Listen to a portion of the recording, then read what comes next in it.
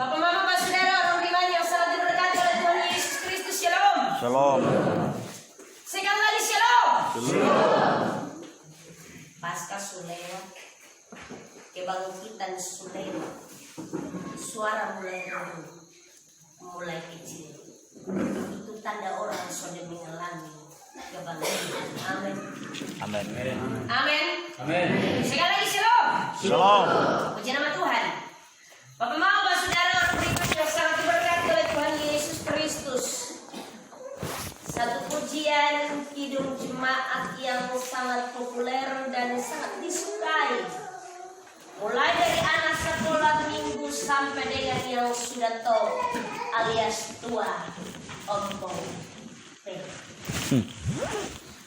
Kidung jemaat nomor 415.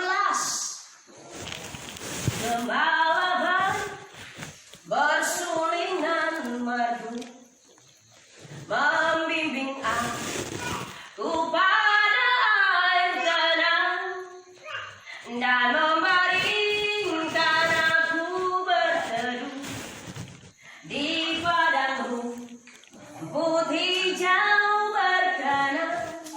Saya stop sampai di sini, jangan sampai direm. Tentunya Pak, pujian ini menghanyutkan banyak orang. Ketika ada dalam situasi tertekan, gundah gulana, mengalami tekanan-tekanan di hidup teramat berat, pujian ini apabila dilakukan dengan hati akan menghibur, bahkan mendatangkan sukacita. Pujian ini tentunya berawal dari Mazmur Daud. Mazmur pasal 23. Seorang raja tetapi juga seorang penggembala domba yang sangat luar biasa. Tentunya bahwa pujian ini diangkat oleh Mazmur Daud, oleh Raja Daud ketika dia belum menjadi raja. Ketika dia ada di padang belantara menggembalakan kambing dan dombanya. Kemudian dalam perenungan dia melihat benar penjagaan seorang gembala sangat luar biasa. Menjaga, menghalau, menuntun domba ke air yang tenang, tetapi juga membawanya ke padang rumput yang hijau supaya dia merasa. Daud ada dalam situasi di mana dia mengalami gundah gulana, tetapi dia belajar dari kehidupannya sendiri sebagai seorang gembala. Bapak, Mama, Pak, Saudara, orang beriman yang sangat diberkati Tuhan. Tentunya bahwa firman Tuhan yang datang dan memberkati kita omong soal gembala yang baik. Injil Yohanes pasal yang ke-10 ayat yang pertama hingga ayat yang ke-21. Kalau kau ngomong soal gembala, kau pikiran sudah merujuk kepada dua hal. Hal yang pertama, kalau omong soal gembala dalam Alkitab berarti omong soal kehidupan orang Yahudi yang hidupnya di padang dan pekerjaan atau keseharian hidupnya menggembalakan domba atau ternak. Kita berpikiran akan tertuju ke sana. Gembala adalah orang yang menggembalakan ternak. Itu hal yang pertama. Hal yang kedua, kalau kita ngomong soal gembala, maka ada banyak orang memiliki pemahaman dan pikiran sudah mengarah dan tertuju kepada orang yang mengasuh dan yang memimpin manusia. Ada pemimpin-pemimpin gereja yang disapa gembala. Mama, Pak, Saudara, orang beriman yang sangat diberkati Tuhan, merujuk kepada dua hal ini.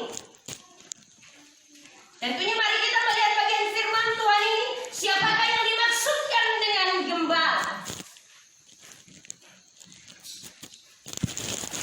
Mama, Pak, Saudara, orang beriman, Yesus tentunya menyaksikan metaforekan dirinya sebagai seorang gembala, menggambarkan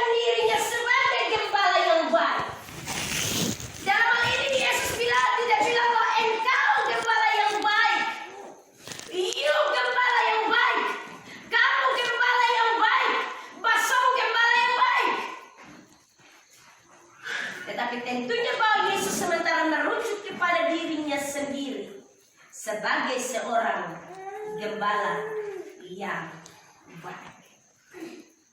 Yesus memberi metafora atau memberi gambar. Gambaran yang lain Yesus bilang, akulah pintu. Gambaran yang baik Yesus bilang, akulah jalan kebenaran dan hidup. Gambaran yang lain pribadi Yesus bilang, akulah air hidup. Akulah gunung batu keluputan yang digambarkan oleh Mazmur. Akulah terang dunia. Ada begitu banyak gambaran yang tentunya menggambarkan pribadi Yesus sebagai pemimpin yang mengasuh dan memimpin manusia. Yesus menggambarkan diri. Dalam hal ini tentunya karena ketika itu Yesus ada di tengah-tengah kehidupan orang Yahudi yang pekerjaannya tiap-tiap hari menggembalakan kambing domba. Kita baca di ayat yang ke-19, dia bilang, ini firman Tuhan, maka timbullah pula pertentangan di antara orang-orang Yahudi karena perkataan ini. Tentunya bahwa Yesus membuka pikiran mereka bahwa pekerjaan seorang gembala adalah menjaga, merawat, mengasuh. Itulah pribadi Yesus. Gambaran yang begitu luar biasa. Yang kedua, siapakah yang dimaksudkan dengan domba? Kenapa sehingga dalam gambaran ini sedang akulah gembala kambing? Tetapi yang disampaikan di sini adalah Yesus adalah gembala domba-domba. Akulah gembala domba. Kambing itu bapak mama, perilaku kambing. Hewan yang paling pemalas mandi itu kambing. Makan juga dia gaya makan juga sembarang. Kalau begitu terlepas dari tali, sebentar potong suruh ada pengaduan di mama dusun. Potong sayur dong saat kebun. Itu kambing semua kedua. Itu kambing. Dia pun hidup tidak teratur atau sembarang. Bukan hanya kambing itu kepala batu. Itu kambing. Tentunya metafora atau gambaran domba ditunjukkan kepada kita sebagai umat, sebagai bagian yang dipimpin dan diasuh. Gambaran domba adalah kita, papa mama, saudara, dan sahabat. Kenapa sehingga kita digambarkan atau dimetaforikan dengan domba? Domba itu hewan yang penurut. Kalau saat diberi makan atau minum, mereka akan jalan satu barisan atau bilang anak itu domba. Dia juga kalau dikasih mandi dia akan tenang. Bulunya bermanfaat untuk kemudian dijadikan pakaian yang mewah. Jadi jangan sampai kalau bilang kambing sama dengan domba, mbek sama dengan unge, senada, sama. Mbak dengan nyek. Kambing dan domba beda. Potong domba. Karena itu apa yang menjadi teladan akan ditirukan dan diikuti. Bukan kemudian setelah umur. Kali. Apa dong? Dengar dari telinga kiri keluar dari kanan. Dia potong mulut bagus. Tak usah dengar. Ingat, kita adalah metafora atau gambaran. Siapa yang dimaksudkan dengan pencuri? Yang dimaksudkan dengan pencuri adalah iblis. Yang tentunya juga giat dalam bekerja untuk mendapatkan bagian. Iblis itu sampai suka kalau potong jadi anak-anak penurut. Iblis sampai suka juga kalau potong bau wangi. Iblis sampai suka juga kalau potong ikut apa kata Tuhan. Dia akan buat segala macam cara. Kemudian membawa kita keluar dari barisan. Bahkan bisa juga membawa orang keluar dari kami. Bapak mama, saudara, orang beriman yang sangat diberkati oleh Tuhan Yesus Kristus dengan kebenaran firman-Nya. Tentunya bahwa Injil Yohanes pasal yang ke-10 ayat yang pertama hingga ayat 31 Pada bagian ayat yang pertama hingga ayat yang ke-10 berbicara tentang Yesus adalah pintu. Bagian ayat yang kedua pada bagian pasal yang ayat yang ke-11 hingga ayat yang ke-21 memberi gambaran tentang Yesus yang adalah gembala. Tentunya pernyataan ini disampaikan sendiri oleh Yesus bahwa Dia adalah gembala yang baik. Gembala yang baik. Tentunya bahwa Yesus menggambarkan dirinya sebagai gembala yang baik ketika Dia ada di tengah-tengah bangsa ini. Ada dua hal yang tentunya dapat kita belajar dari kehidupan gembala yang baik. Yang pertama yaitu kita belajar tentang teladan hidup sang gembala. Kita belajar tentang teladan hidup sang gembala. Teladan itu berarti contoh. Kalau di dunia pendidikan dia bilang tuturi handayana ima dia manguntas. Yang di depan itu yang memberi teladan dan contoh. Itu pemimpin. Tetapi bukan berarti bahwa saya bilang bahwa hanya guru saja yang gembala. Seorang istri di rumah dia adalah gembala untuk suami dan anak-anak. Amin. Kau mama-mama. Karena mama-mama yang jaga. Bemasak, bacuci, layani suami, layani anak-anak, menjaga supaya itu rumah tetap baik. Pundi-pundi tetap terawat, pundi-pundi bisa melayani seisi rumah tangga. Itu gembala dalam rumah. Suami-suami saya bilang, wah ini hari-hari mai tua dong yang gembala. Sudah, potong stop jadi kepala keluarga. Suami-suami juga seorang gembala. Menggembalakan istrinya dalam hal kehidupan iman, dalam hal takut akan Tuhan. Tetapi juga menggembalakan istri. Bagaimana menata dan melayani dalam rumah tangga. Tapi jangan sampai jadi gembala yang jahat. Beromong sudah pakai bela rasa atau dengan kasih dan rasa empati. Begitu omong, kepala jadi lumur karena ini kok. Ingat, dan kita dari tulang rusuk laki-laki. Karena itu harus DSI, DKSI dibawa ke tiap suara. DKSI dibawa ke tiap suara. Akhirnya bini juga jadi takut. Bilang gembala. Tapi waktu kalau orang ini bilang, ingat berusuk dekat ketiak, dibawa ke tiap suara. Setiap anak-anak dalam rumah juga menjadi gembala. Gembala yang mendengarkan suara sang gembalaan. Gembala yang melakukan perintah. Gembala yang melihat keteladanan. Potong gembala, potong penjara. Potong gembala, potong kumpan. Potong gembala, potong hasil tanah. Itu pekerjaan gembala. Sebagai ojek itu gembala. Tetapi bukan gembala yang jahat. Begitu start kedua berdua baik, dia sudah kasih. Kenapa kau kincang-kincang? Kau refona. Revo beda nah.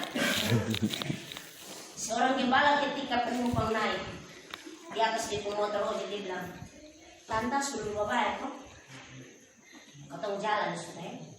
Dia sudah angkat gas 100 km per jam di jalan pelan-pelan.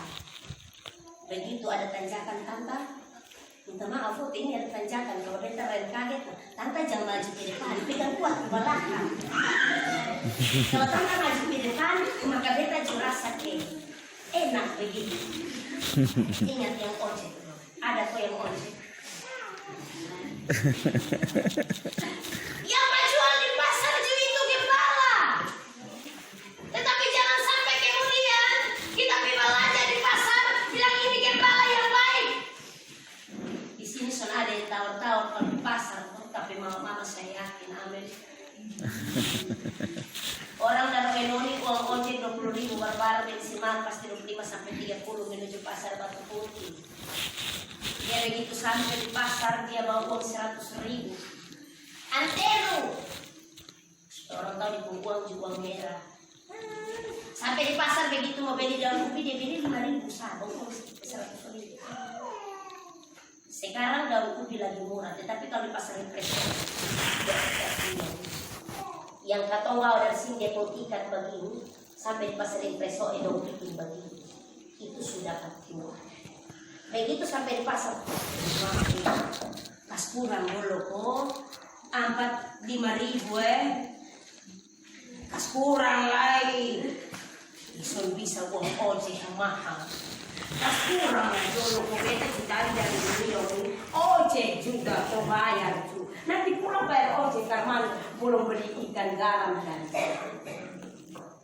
akhirnya kasihan kau mencari gembala yang jahat yang mencuri hak orang lain.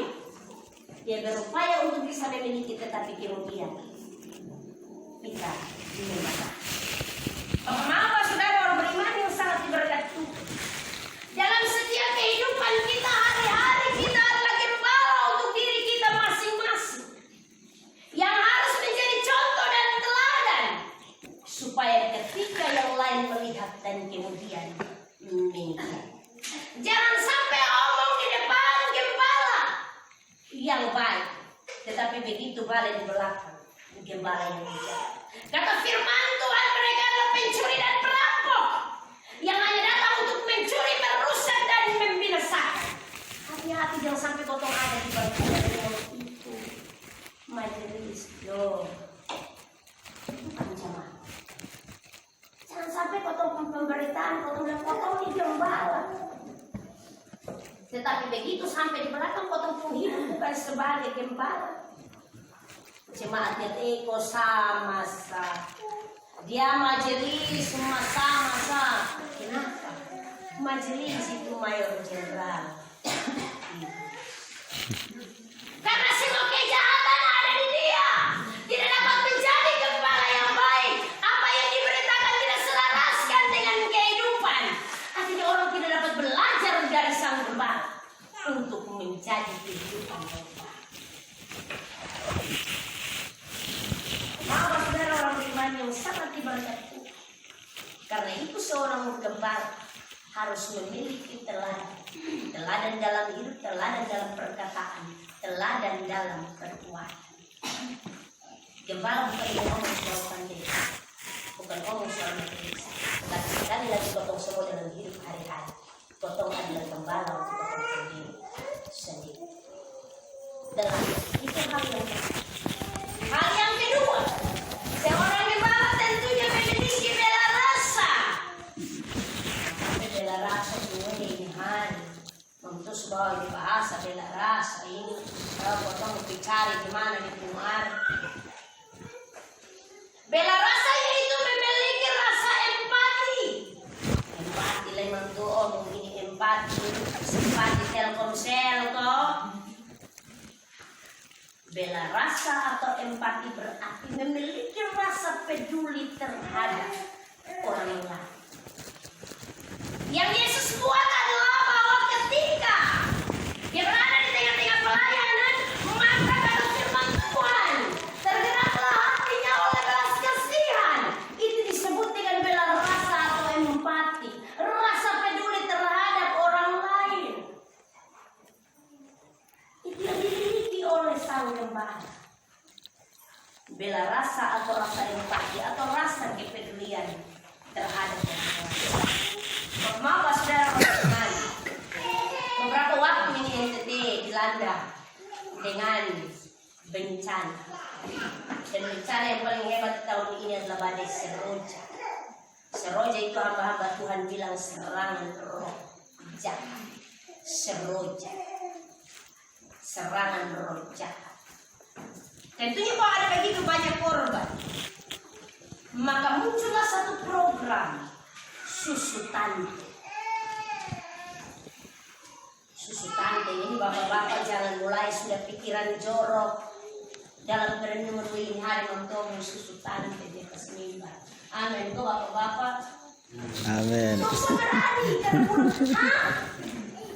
susu tante cari hal. Program susu tante ini muncul karena rasa simpati, rasa peduli.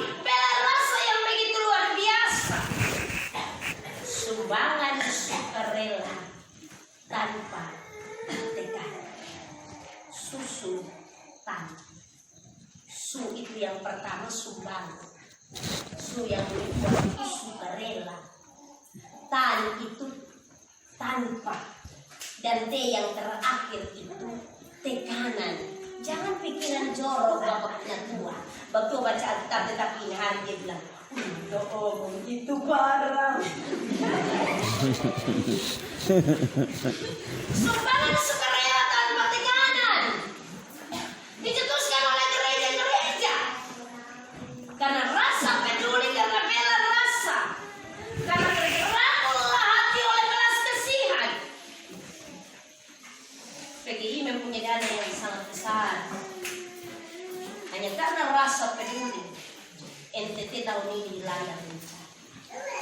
Tetapi bukan karena hanya lihat orang mengalami bencana baru kemudian gereja-gereja angkat bicara, tetapi bilang kau harus bantu itu yang ada sementara kena bencana di Toilunu. Mio juga ada 21 kakak. Bukan karena hanya dalam kesempatan yang sedemikian. Rasa peduli ini harus timbul setiap waktu. Ada yang berkekurangan, kita melengkapi. Janda baru muda yatim piatu, anak terlantar orang terpencari. Itu menjadi bagian kepedulian gereja.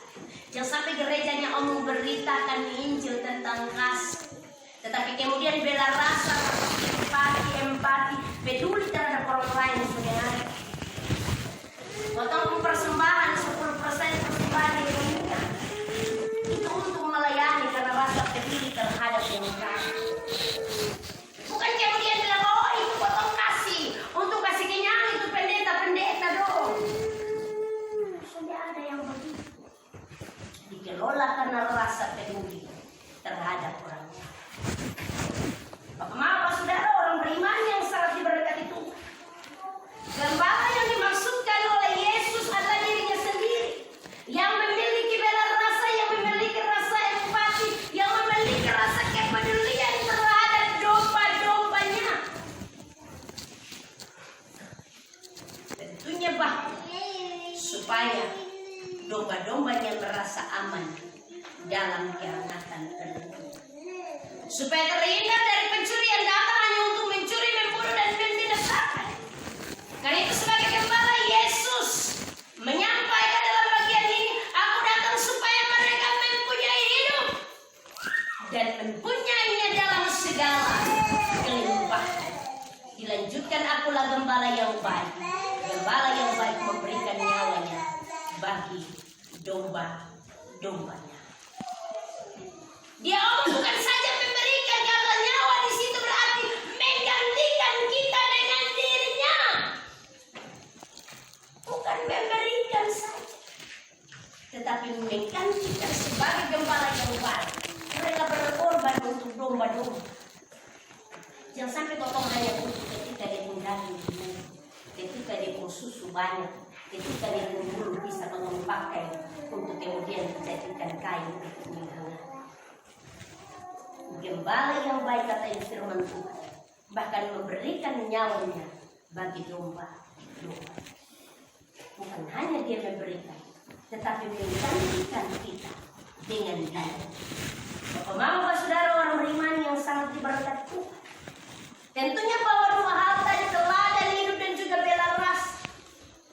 Keteladanan yang Yesus berikan yaitu keteladanan untuk memampukan orang lain untuk bertumbuh, untuk berkembang, untuk melayani bersama-sama, untuk ada dalam persekutuan. Memampukan, bukan kemudian kita menjadi gembala yang sebentar potong tendes orang semakin tertekan dan semakin ada di bawah, kita ada di atas. Yesus memampukan, memberi keteladanan. Semua orang tentunya memiliki talenta, tetapi dalam hal memiliki talenta, kita harus saling memampukan seorang sama lain dalam menata dan melayani dalam persekutuan hidup berbeda. Yang berikut, keteladanan yang membangun dan juga memulihkan. Keteladanan yang membangun dan memulihkan. Tentunya Yesus datang sebagai sang gembala yang baik, supaya yang sakit disembuhkan, yang terluka dibalas.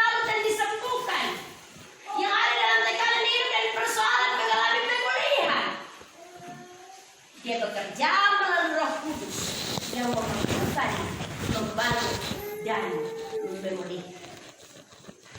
Yesus bekerja sebagai gembala yang baik supaya kita juga mengalami kasih. Bapak, saudara orang beriman yang sangat diberkati oleh Tuhan Yesus Kristus dengan kebenaran. Tentunya bahwa ketika Yesus memberi gambaran dirinya sebagai gembala yang baik, dia bukan sementara ada dalam keadaan kerasukan setan atau jahat, tapi dia memberitakan kebenaran yang sesungguhnya. Kehidupannya adalah sebagai gembala yang baik. Dia adalah gembala agung yang menjadi teladan bagi kita, menjadi teladan bagi kehidupan kita, menjadi teladan dalam kehidupan iman kita, tetapi juga menjadi dalam teladan dalam kehidupan iman. Bapak, saudara orang beriman yang sangat berkati Tuhan, tentunya kita ada dalam perenungan bagian firman Tuhan. Sinode Gemi tentunya menghantar kita ada dalam perenungan yang begitu luar biasa. Saat ini jemaat-jemaat Gemi sementara mengalami atau sementara ada dalam situasi terdampak kepedulian banyak orang. Tapi kepedulian di tengah-tengah jemaat itu menjadi perhatian mereka untuk kemudian membawa jemaat menjadi jemaat yang bertumbuh dalam kasih karunia. Mari kita pulang Bapak, saudara orang beriman. Kita belajar dari dua hal yang tentunya diberikan oleh Yesus, keteladanan dan generasi. Dia memberikan teladan yang baik, tetapi juga memberikan kepedulian yang baik untuk kita belajar dari Dia, Sang Gembala. Tuhan memberkati kita dengan firman-Nya. Terpujilah nama Tuhan Allah kita. Amin.